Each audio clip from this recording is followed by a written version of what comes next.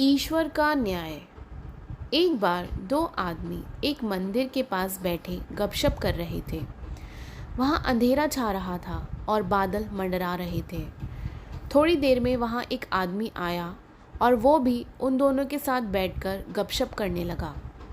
कुछ देर बाद वो आदमी बोला, उसे भूख लग रही है। उन दोनों को भी भूख लगने लगी थी। पहला आदमी बोला, मेरे पास 3 रोटी हैं। दूसरा बोला, मेरे पास 5 रोटी हैं, हम तीनों मिल बांट कर खा लेते हैं। उसके बाद सवाल आया कि 8 रोटी 3 आदमियों में कैसे बांट पाएंगे। पहले आदमी ने राय दी कि ऐसा करते हैं कि हर रोटी के 3 टुकड़े करते हैं, अर्थात 8 रोटी के 24 टुकड़े हो जाएंगे और हम तीनों में 8-8 टुकड़े बराबर बंट जाएंगे।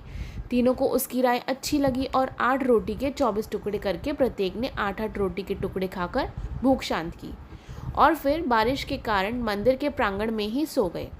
सुबह उठने पर तीसरे आदमी ने उनके उपकार के लिए तीनों को धन्यवाद दिया और प्रेम से 8 रोटी के टुकड़ों के बदले दोनों को उपहार स्वरूप 8 सोने की गिन्नी देकर अपने घर की ओर चला गया।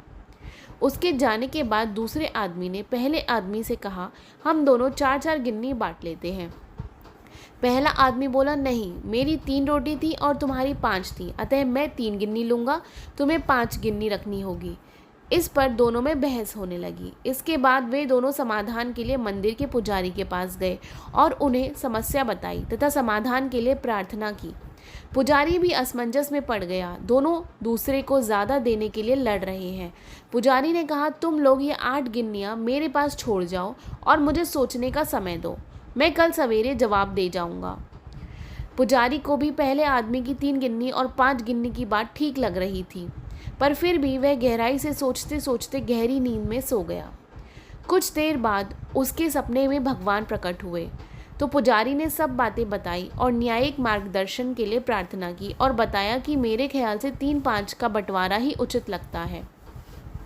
भगवान मुस्कुराकर बोले, नहीं, पहले आदमी को 1 गिन्नी मिलनी चाहिए और दूसरे आदमी को 7 गिन्नी मिलनी चाहिए। भगवान की बात सुनकर पुजारी अचंभित हो गया और अचरज से पूछा, प्रभु, ऐसा कैसे?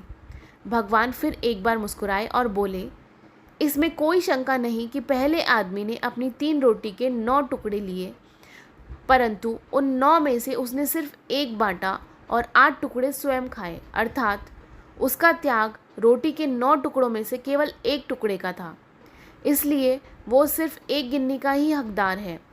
दूसरे आदमी ने अपनी 5 रोटी के 15 टुकड़े किए, जिसमें से 8 टुकड़े उसने स्वयं खाए और 7 टुकड़े उसने बांट दिए, इसलिए वो न्यायानुसार 7 गिन्नी का हकदार है। यही मेरा गणित है और यही मेरा न्याय है। भगवान के न्याय का सटीक विश्लेषण सुनकर पुजारी नतमस्तक हो गया। इस कहानी का सार यही है कि हमारी वास्तुस्थिति को देखने की, समझने की दृष्टि और ईश्वर का दृष्टिकोण एकदम भिन्न है। हम ईश्वरीय न्यायालय को जानने समझने में सर्वथा अज्ञानी हैं। हम अपने त्याग का गुणगान करते हैं, परंतु ईश्वर हमारे त्याग का मूल्यांकन हमारी सामर्थ्य, हमारे भोग एवं हमारे त्याग तीनों को देखते हुए करते हैं। यह महत्वपूर्ण नहीं है कि हम कितने धन संपन्न हैं, महत्वपूर्ण यह है कि हमारे में त्याग कितना है।